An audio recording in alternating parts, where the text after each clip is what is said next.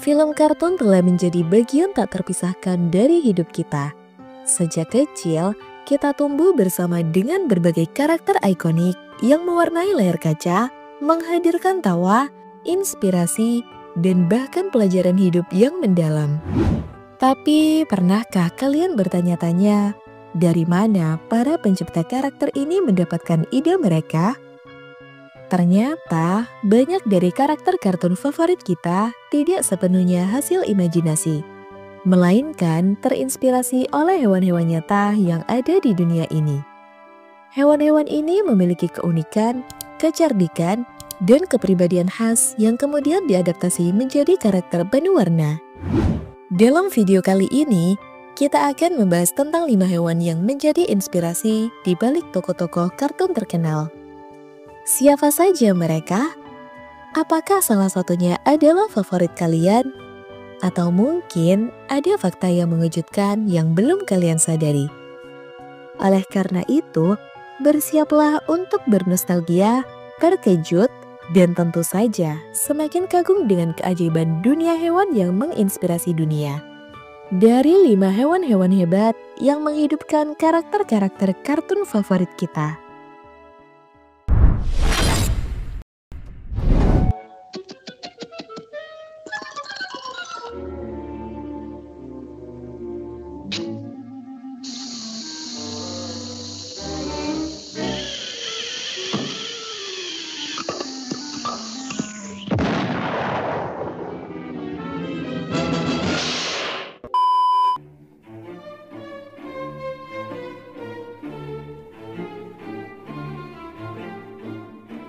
Sebagian dari kalian pasti pernah menonton film kartun ini waktu kecil. Dan mungkin kalian akan mengira bahwa burung ini adalah burung unta. Nyatanya, dia bukanlah burung unta, melainkan burung yang memiliki nama sesuai judul kartun itu sendiri. Roadrunner, itulah nama dari burung satu ini. Meskipun Roadrunner di kartun Looney Tunes selalu bisa mengalahkan Coyote, namun di kehidupan nyata, Roadrunner tidak seberuntung itu. Ini karena Coyote dapat mengungguli kecepatan Roadrunner secara signifikan. Coyote dapat berlari hingga 70 km per jam, sedangkan Roadrunner hanya mampu berlari 32 km per jam. Moments later.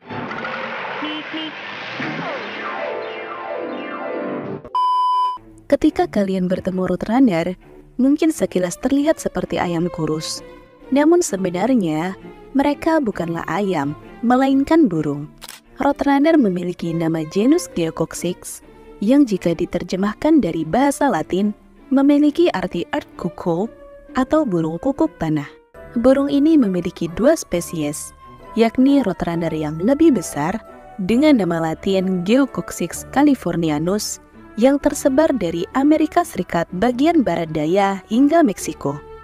Dan spesies lainnya yakni Roadrunner yang lebih kecil, Geococcix velox, yang ditemukan di Meksiko dan Amerika Tengah. Roadrunner cenderung menghindari kawasan hutan dan perkotaan, dan mereka lebih memilih habitat semi terbuka serta semak belukar, yang didominasi oleh tanaman creosote, mesquite, chaparral, dan tamariska. Selain itu, mereka juga sering terlihat bertengger di semak-semak tinggi hingga tiang pagar. Ini merupakan tempat mereka untuk berjemur, memanggil calon pasangan, serta mengamati wilayah mereka. Burung ini termasuk hewan omnivora dan umumnya akan memakan kadal, ular, hewan pengerat kecil, bangkai, telur, dan bahkan burung lain yang lebih kecil. Hingga pada musim dingin, mereka akan mulai melengkapi makanan mereka dengan bahan tanaman, biji-bijian, dan buah-buahan. Meski dapat berlari dengan cepat, Roadrunner punya predatornya sendiri, termasuk rakun, elang, dan tentunya coyote.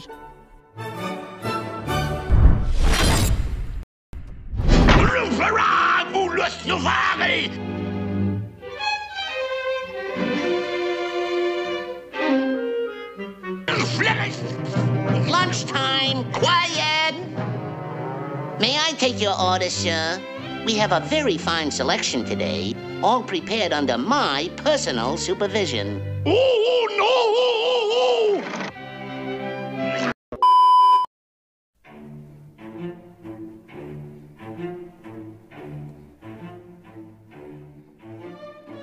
Pernahkah kalian mendengar tentang makhluk kecil dari ujung dunia yang memiliki reputasi sebagai salah satu pemangsa paling galak di muka bumi?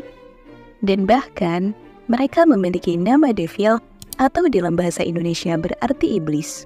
Inilah Tasmania Devil, bukan hanya nama dari karakter kartun terkenal, tetapi juga nama dari hewan asli yang menakjubkan dan penuh misteri. Tasmania Devil atau Sarcophilus harrisi mendapatkan namanya dari pulau tempat mereka tinggal, yakni Tasmania di Australia. Sedangkan nama Devil yang berarti setan ini diberikan oleh para pemukim setelah mereka mendengar teriakan hewan tersebut yang terdengar aneh di malam hari.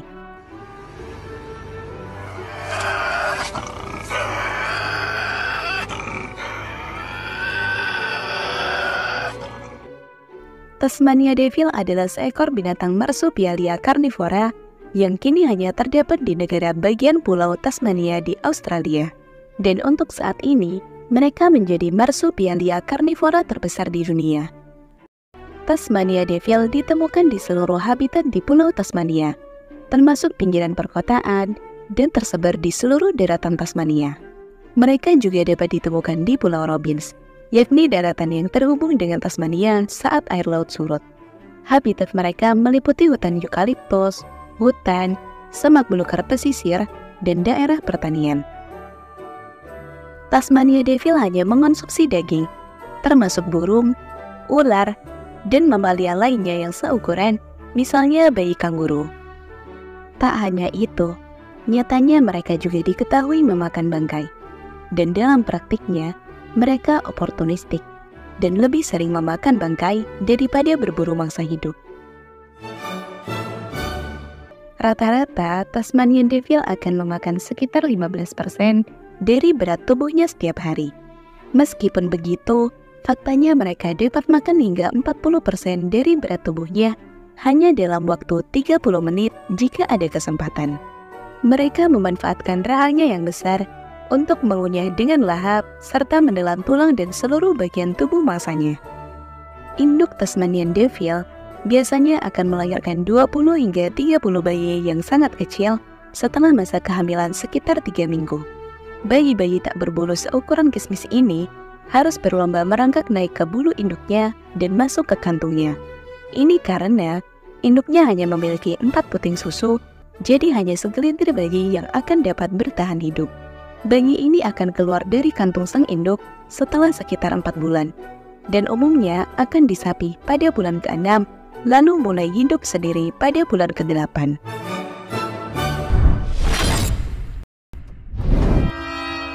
Punyaku?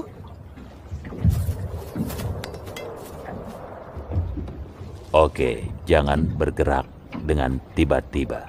Masuklah ke dalam mulutku, kalau kau ingin selamat. Ingatkah kalian pada scene ini? Di mana ayah Nemo ditolong seekor burung ketika hendak dimakan oleh burung lain. Sebagian dari kalian pasti sudah tahu nama dari burung satu ini. Iya, ini adalah burung pelikan, atau dalam bahasa ilmiahnya disebut Pelecanus, dengan ciri khas paruh panjang dan kantong tenggorokannya yang besar.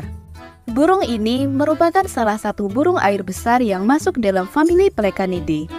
Nama pelikan berasal dari bahasa Yunani kuno, yaitu pelekan yang berasal dari kata pelekis yang berarti kapak.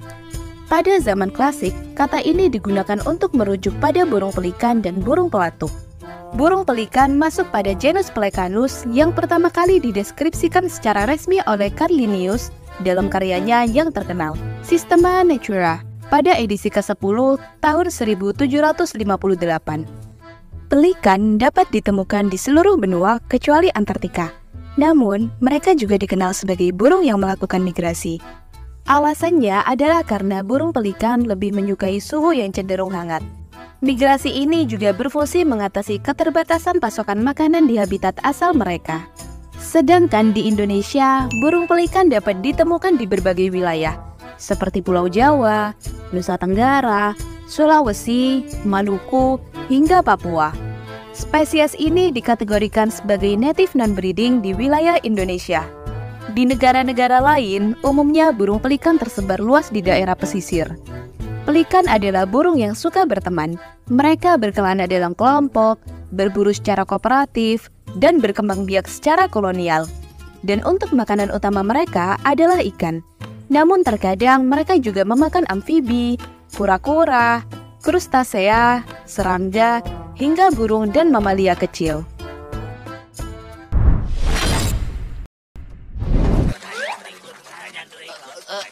Hai Kevin. Hai, apa pertanyaanmu? Hai Kevin. Ya, terserah. Pertanyaan berikutnya silakan. Hai Kevin. Baiklah, kau yang ada di belakang. Hai Kevin.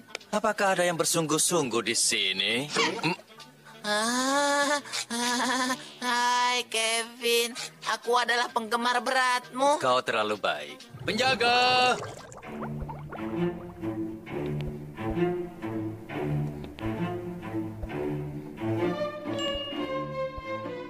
Pasti sebagian dari kalian tahu akan karakter bernama Kevin ini, bukan?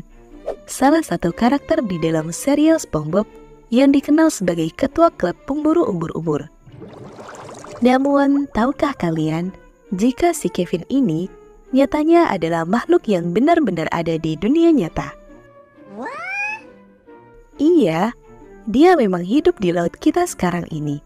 Dan mungkin sebagian dari kalian sudah mengenalnya. Bagaimana? Apakah kalian tahu nama hewan satu ini? Benar sekali, Kevin adalah seekor teripang. Hewan laut yang seringkali terabaikan, namun memiliki keajaiban dan rahasia yang sangat menakjubkan. Sesuai dengan julukannya, Kevin si ketimun laut. Hewan ini juga memiliki sebutan yang sama di kehidupan nyata. Hal ini sesuai dengan bentuknya yang menyerupai mentimun. Teripang mungkin terlihat seperti sesuatu yang aneh bagi sebagian orang.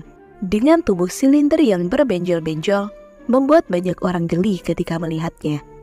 Akan tetapi tenang saja, hewan aneh ini termasuk Echinodermata, seperti halnya bintang laut maupun bulu babi.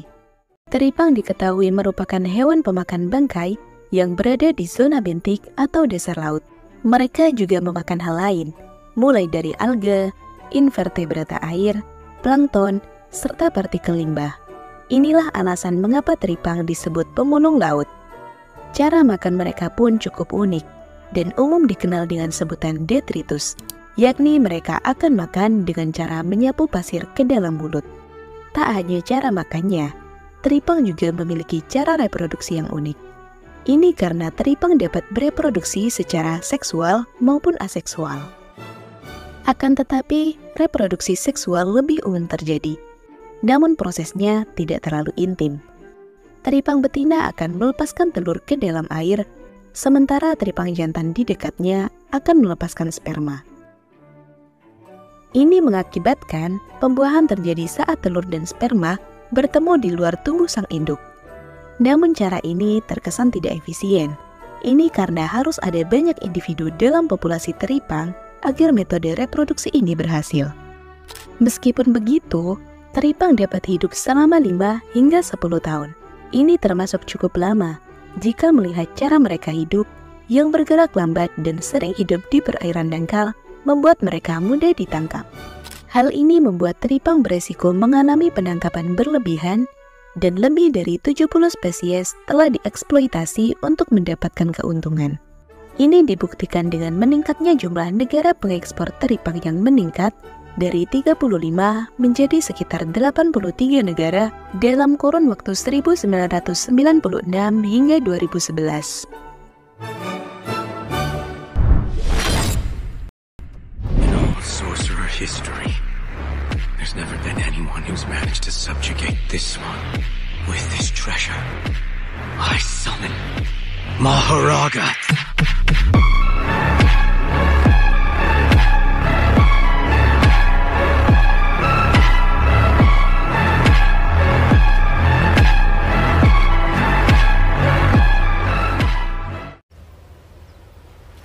Wait minute. Who are you?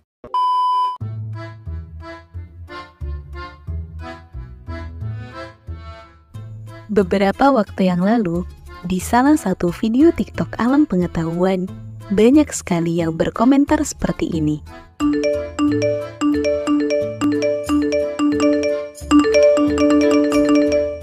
Awalnya kami bingung apa maksud dari komentar tersebut. Namun untungnya, ada salah satu komentar yang menjelaskan demikian. Dan jujur, kami juga sangat terkejut ketika melihat kemiripan fisik karakter anime ini dengan salah satu serangga yang memang memiliki bentuk tubuh yang sangat aneh. Pasti para penikmat anime di sini tidak asing dengan Mahoraga, salah satu karakter yang berasal dari anime Jujutsu Kaisen Season 2. Oleh karena itu, kami ingin meluruskan kesalahpahaman ini. Sebenarnya, serangga ini bukanlah Mahoraga, melainkan seekor makhluk kecil dengan penampilan yang luar biasa, berwarna-warni, dan juga memiliki bentuk tubuh yang sangat beragam. Mereka adalah tree hopper. Meski kecil, serangga ini menyimpan berbagai keajaiban alam yang akan membuat kita terpesona.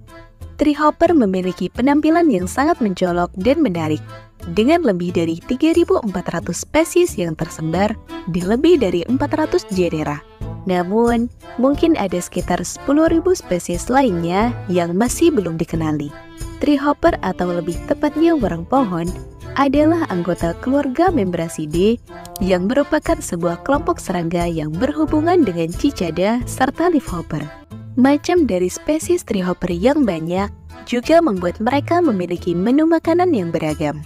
Namun mereka biasanya mengonsumsi semak dan tanaman berkayu. Cara makan mereka pun tergolong cukup unik, bukan dengan langsung mengunyah makanan mereka, melainkan tree hopper akan menggigit tanaman atau batang pohon untuk menghisap lalu memakan getah manis yang ada di dalamnya. Mulutnya akan mengeluarkan air liur ke dalam lubang tanaman.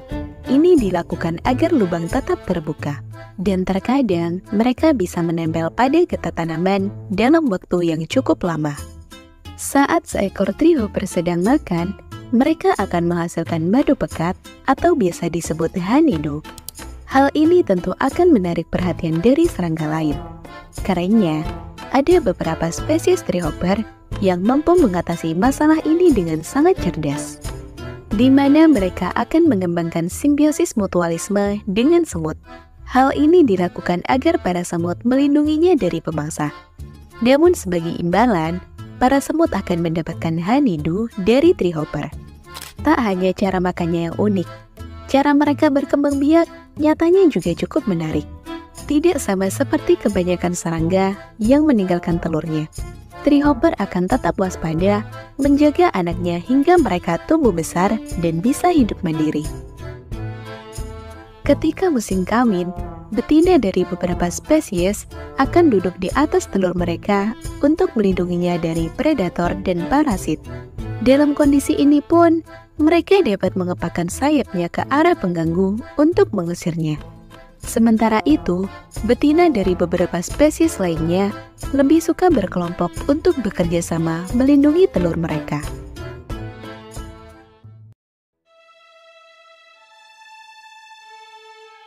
Terima kasih telah menemani kami dalam petualangan ini. Jangan lupa untuk subscribe channel kami dan menekan lonceng notifikasi agar tidak ketinggalan video kami berikutnya yang akan membawa kalian lebih masuk ke dalam misteri alam lainnya. Semoga bermanfaat dan sampai jumpa lagi di petualangan berikutnya yang lebih mengesankan.